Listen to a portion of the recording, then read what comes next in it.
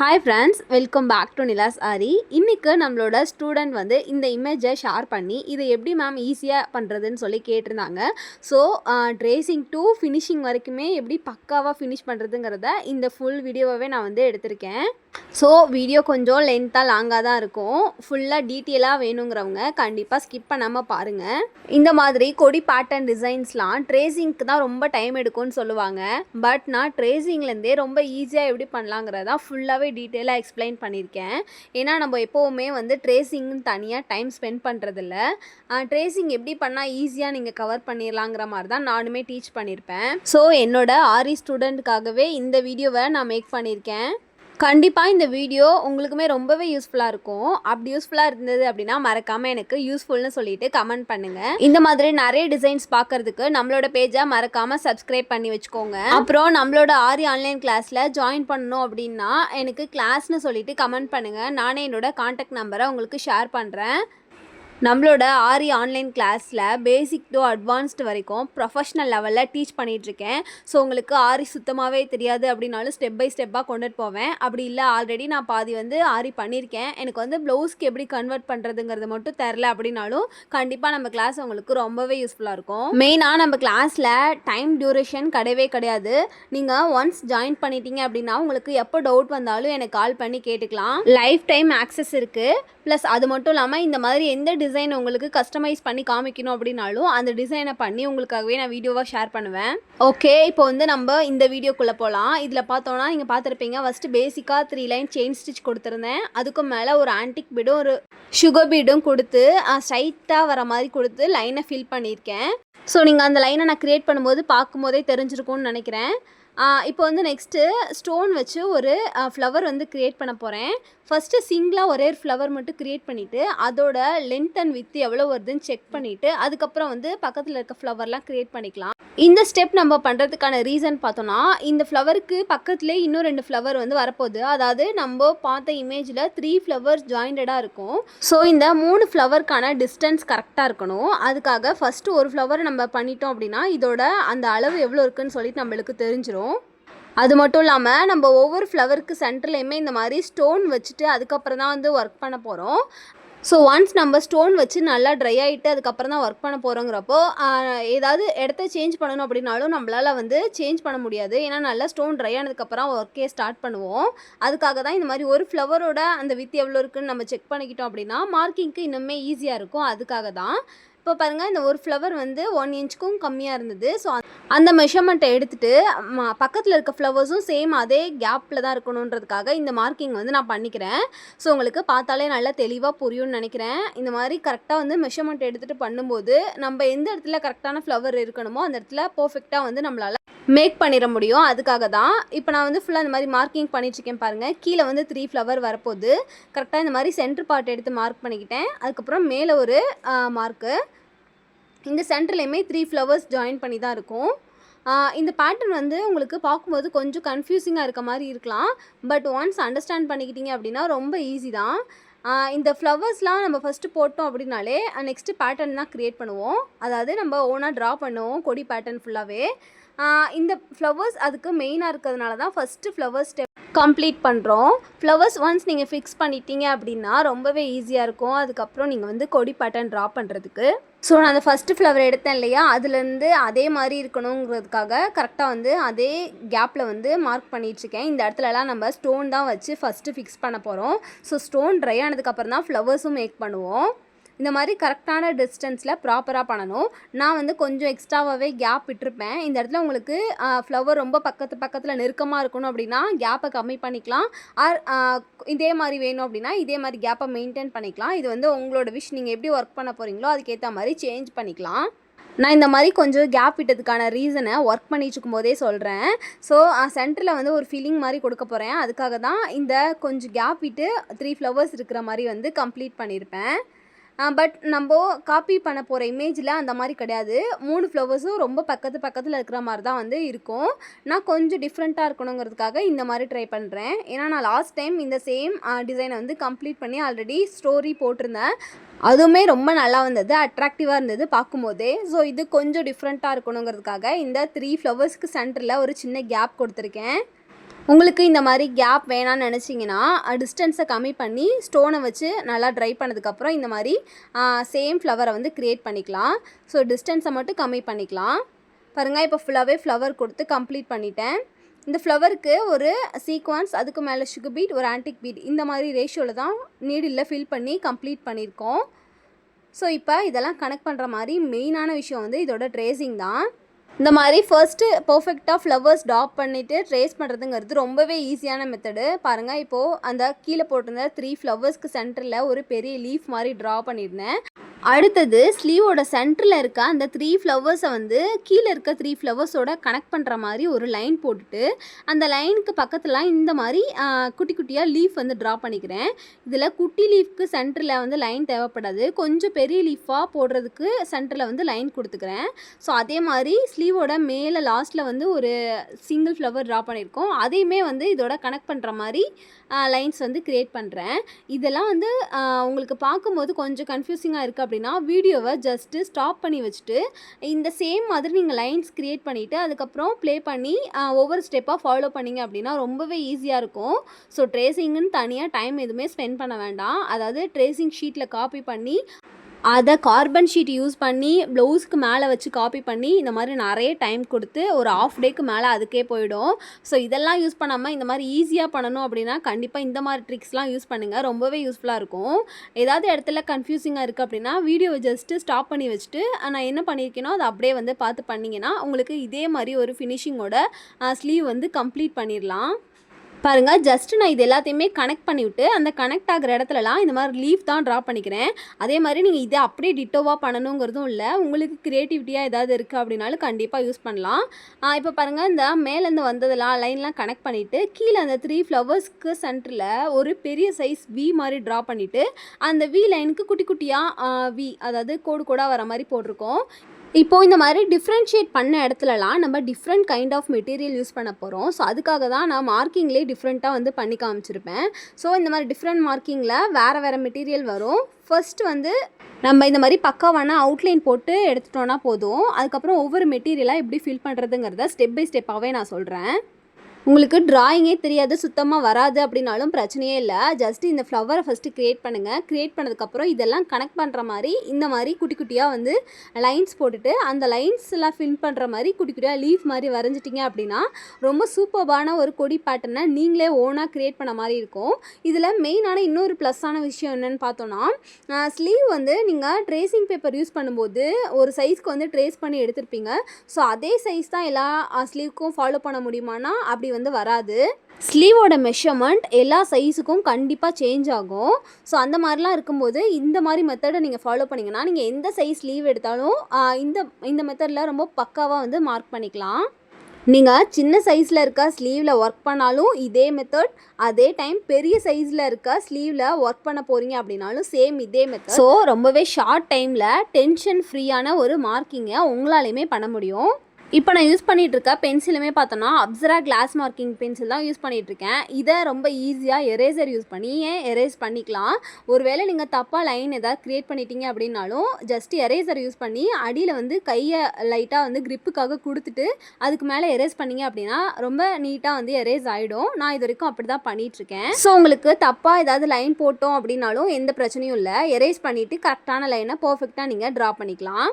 நான் என்னோட ஸ்டூடெண்ட்ஸ்க்கு என்னென்னலாம் ப்ரொவைட் பண்ணுறேன்னு பார்த்தீங்கன்னா அவங்க செலக்ட் பண்ணுற டிசைன் பற்றின டீட்டெயில்ஸ், அதுக்கப்புறம் அந்த டிசைனுக்கு என்ன மாதிரி மெட்டீரியல்ஸ் அவங்க யூஸ் பண்ணணும், எந்த மெட்டீரியல் யூஸ் பண்ணால் எந்த மாதிரி ஒரு அவுட்லுக் கிடைக்கும், செலக்ட் பண்ணியிருக்க டிசைனோட step by step making images, அப்புறம் ஃபைனலாக அவங்க பண்ணியிருக்க ஒர்க்கோட கரெக்ஷன் பார்த்துட்டு ஏதாவது சேஞ்சஸ் பண்ணணுமா அப்படிங்கிறதையுமே வந்து ஃபுல்லாக எக்ஸ்பிளைன் பண்ணுவேன்.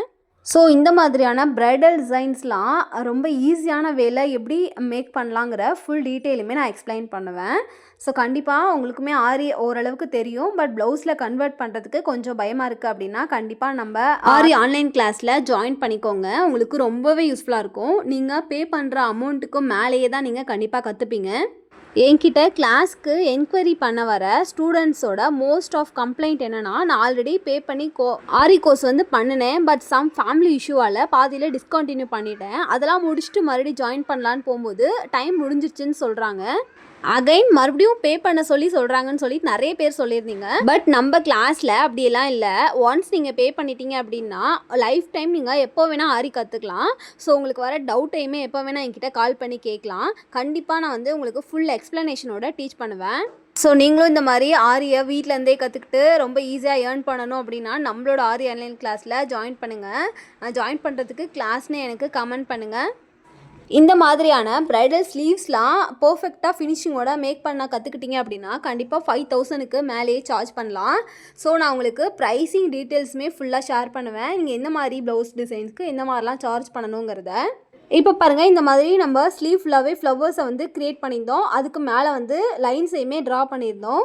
ஸோ இந்த லைன்ஸில் எந்தெந்த மெட்டீரியல் யூஸ் பண்ணணும்னு சொல்லியிருந்தேன் இல்லையா. ஸோ ஃபஸ்ட்டு மெட்டீரியலாக கட் பீட் தான் யூஸ் பண்ணுறேன். கட் பீட்டில் வந்து கோல்டன் கலர்லையுமே லைட்டாக இருக்கும். ஸோ இது லைட் கோல்டு மாதிரி ஒரு ஒயிட் ஷேடில் இருக்கும். இந்த கோல்டன் கட் பீட் தான் யூஸ் பண்ணுறேன். இந்த ஸ்லீவில் ஆஃப் பார்ட்டுக்கு மேலே ஃபுல்லாகவே வந்து இந்த கட் பீடு தான் கொடுக்க போகிறோம். ஸோ அதனால தான் ஃபஸ்ட்டு இந்த மெட்டீரியலை செலக்ட் பண்ணி இது எங்கெல்லாம் வருமோ அந்த இடம் ஃபுல்லாகவே இந்த கட் பீடில் ஃபில் பண்ண போகிறேன்.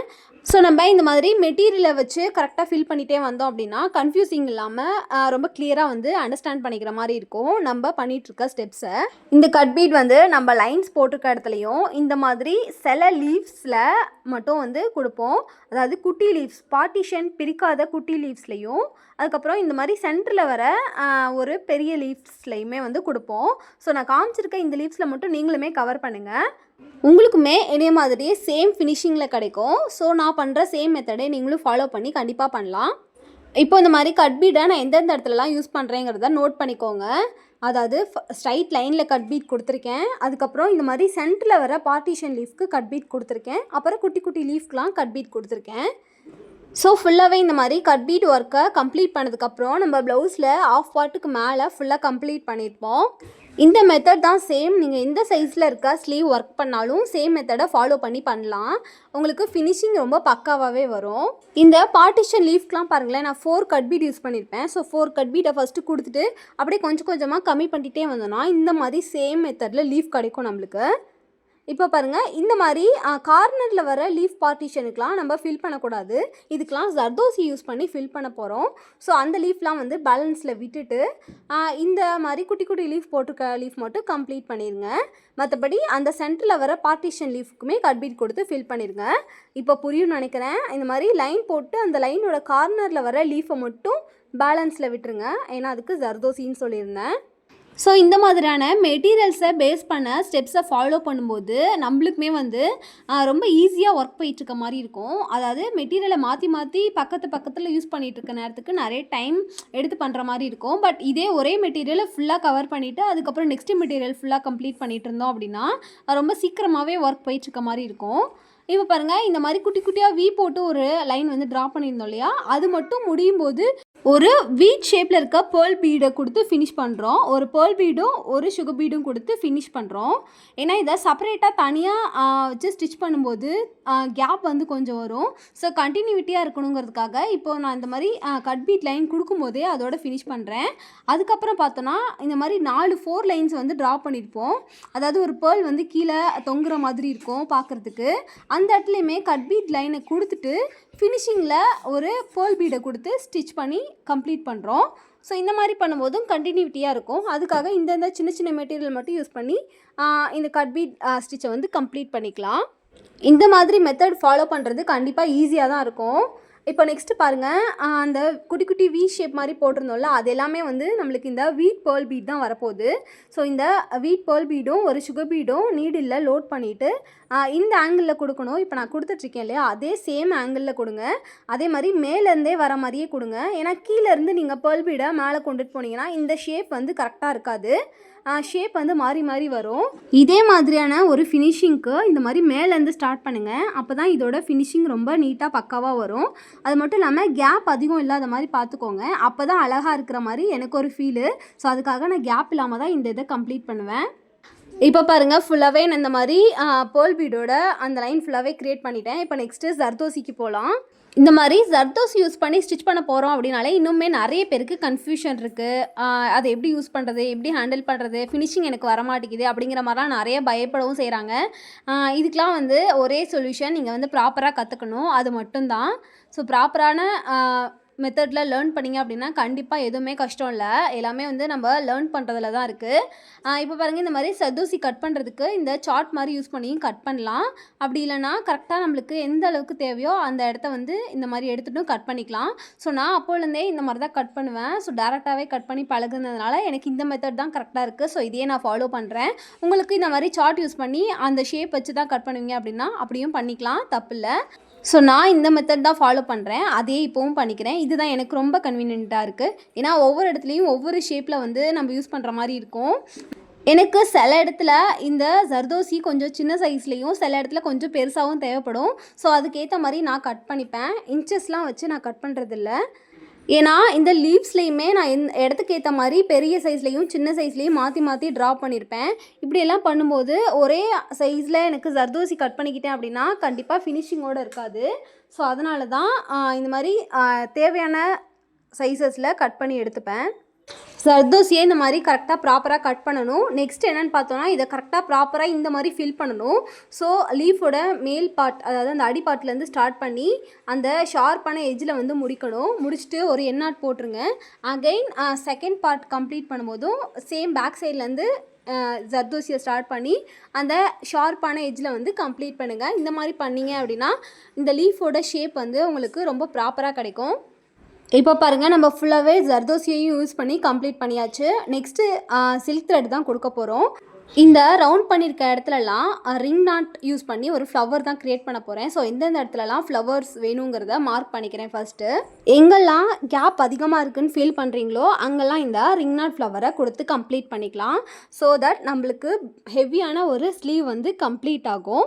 இப்போ பார்த்தோன்னா நான் எனக்கு எங்கெல்லாம் அதிகமாக கேப் இருக்கிற மாதிரி இருந்ததோ அங்கெல்லாம் கரெக்டாக வந்து மார்க் பண்ணிக்கிட்டேன். இந்த பிங்க் கலரில் தான் ஃப்ளவர்ஸ் கொடுக்க போகிறேன். ஸோ இந்த ப்ளூ கலருக்கு பிங்க் கலர் வந்து ரொம்ப கான்ட்ராஸ்டாக அட்ராக்டிவாக இருக்கும்னு சொல்லிட்டு இந்த கலர் செலக்ட் பண்ணியிருக்கேன். இந்த ink blue with Rani pink colour combination எப்போவுமே ரொம்ப சூப்பராக இருக்கும். ஸோ அந்த ஒரு கான்செப்ட் தான் இப்போ நான் ஃபாலோ பண்ணியிருக்கேன். இந்த பிங்க் கலர் த்ரெட்டை நான் 8 கவுண்ட்ஸில் நார்மல் நீடில் கோத்து எடுத்திருக்கேன். ஸோ இதை ஃபுல்லாகவே வந்து இந்த மாதிரி ரிங் நாட்டாக போட்டு ஃப்ளவர் வந்து கம்ப்ளீட் பண்ணணும். ஸோ இது எல்லாமே வந்து டீட்டெயிலில் நம்ம கிளாஸில் இருக்கும். செப்ரேட்டாக வேணும் அப்படிங்கிறவங்க கண்டிப்பாக வந்து யூஸ் பண்ணிக்கலாம். இதை வந்து என்னால் டீட்டெயிலாக ஒவ்வொரு ஃப்ளவருமே மேக் பண்ணுறதை காமிக்க முடியாது. ஏன்னா கொஞ்சம் டீட்டெயிலாக லேர்ன் பண்ணிங்க அப்படின்னா தான் கண்டிப்பாக ப்ராப்பரான ஃப்ளவரை க்ரியேட் பண்ண முடியும். அது ஆல்ரெடி இந்த ரிங் நாட் ஃப்ளவர்லாம் போடுவேன் அப்படின்னவங்களுக்கு இது கண்டிப்பாக பார்க்கும்போதே ரொம்ப ஈஸியாக இருக்கும். நான் எந்த மெத்தட் ஃபாலோ பண்ணுறேங்கிறது உங்களுக்கு ரொம்ப ஈஸியாகவே புரிஞ்சிருக்கும். பாருங்கள், இப்போ நான் மார்க் பண்ண இடத்துலலாம் தான் இந்த ஃப்ளவர் கொடுத்துட்ருப்பேன். அந்த 3 ஆன்டிக் பீட் ஃப்ளவர்ஸ்க்கு சென்டரில் கேப் விட்டுருந்தேன் இல்லையா, அந்த இடத்துல இந்த பிங்க் கலர் ஃப்ளவர் கொடுத்தா நல்லா கான்ட்ராஸ்ட்டாக அழகாக இருக்குங்கிறது தான் என்னோடய தீம் ஸ்டார்டிங்லேயே நான் சொல்லியிருந்தது. ஸோ அதனால தான் கொஞ்சம் கேப் விட்டு பண்ணியிருந்தேன். உங்களுக்கு இது செட் ஆகுது அப்படின்னு நினச்சிங்கன்னா கண்டிப்பாக இந்த 3 ஃப்ளவர்ஸையுமே பக்கத்தில் ஸ்டோனை வந்து ஒட்டி ஃப்ளவர்ஸ் மேக் பண்ணியிருந்தீங்க அப்படின்னா அதுவுமே இன்னும் அழகாக இருந்திருக்கும். ஸோ இது வந்து எனக்கு பிடிச்சிருந்ததை நான் ஃபாலோ பண்ணேன், அவ்வளோதான். அப்புறம் மீதி இருந்த த்ரெட்டை இந்த மாதிரி பார்ட்டிஷன் பிரித்து கட் பீட்டில் கொடுத்துருந்தோம் இல்லையா லீஃபு, அந்த லீஃப்க்கு சென்டரில் பிங்க் கலரில் லைன் வர மாதிரி இப்படி கொடுத்துருந்தேன்.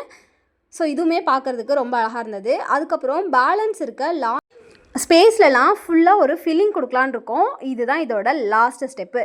ஸோ இந்த லாஸ்ட் ஸ்டெப்பில் ஃபுல்லாகவே பேர்ல் பீடை யூஸ் பண்ணி கேப் இருக்கிற எல்லா இடத்துலையுமே சிங்கிள் பீடாக வந்து கொடுத்து ஃபில் பண்ண போகிறோம். ஸோ இதுதான் குட்டி குட்டியாக இந்த புட்டா மேக் பண்ணுற டெக்னிக். அது மட்டும் இல்லாமல் இந்த ஃப்ளவர் கொடுத்துருந்தோம் இல்லையா, அதுக்கு சென்டர்லேயுமே இந்த ஒரு பேர்ல் பீட் கொடுத்தா இது இன்னுமே அழகாக இருக்கும். இந்த ஃப்ளவருக்கு சென்டரில் பேர்ல் பீடுக்கு பதிலாக நீங்கள் ஸ்டிச்சிங் ஸ்டோன் கூட யூஸ் பண்ணலாம், அதுவுமே அழகாக இருக்கும். பட் நான் இன்னுமே அழகாக அட்ராக்டிவாக இருக்கணுங்கிறதுக்காக இந்த பெரிய சைஸ் பேர்ல் பீடு தான் கொடுத்துருக்கேன். ஸோ இந்த பேர்ல் பீடோட சைஸ் வந்து 4 mm பேர்ல் பீட் கொடுத்தா ஃபில் பண்ணுறேன். ஃபைனலி பாருங்கள், ஃபுல்லாகவே கம்ப்ளீட் பண்ணியாச்சு. எவ்வளோ ஒரு கிராண்டாக எலகண்ட்டாக கம்ப்ளீட் ஆகிருக்குன்னு சொல்லிட்டு நீங்களே பாருங்கள். நம்ம ஸ்டார்ட் பண்ணும்போது ரொம்பவே சிம்பிளான ஸ்டெப்ஸை யூஸ் பண்ணி ஸ்டார்ட் பண்ணோம். பட் ஃபினிஷிங்கில் எவ்வளோ ஒரு பிரைடலான ஹெவி லுக் வந்து கிடைக்குதுன்னு சொல்லிட்டு பாருங்கள். கண்டிப்பாக இந்த மாதிரி சின்ன சின்ன டிப்ஸையே யூஸ் பண்ணி ரொம்ப பியூட்டிஃபுல்லாக எலகண்ட்டான ப்ளவுஸ் டிசைன்ஸ்லாம் நம்மளே க்ரியேட் பண்ணிட முடியும். ஸோ இதுக்கான சின்ன சின்ன ட்ரிக்ஸ் எல்லாம் தெரிஞ்சாலே போதும். நீங்களுமே இதே மாதிரி பிரைடல் ப்ளவுசஸ்லாம் ரொம்ப ஈஸியாகவே க்ரியேட் பண்ணிடலாம். இந்த வீடியோ ரொம்பவே லென்த்தாக போயிடுச்சுன்னு நினைக்கிறேன். பரவாயில்ல. இந்த வீடியோ உங்களுக்கு யூஸ்ஃபுல்லாக இல்லையாங்கிறத மறக்காமல் கமெண்டில் சொல்லிட்டு போங்க. பாய். நெக்ஸ்ட் வீடியோவில் பார்க்கலாம்.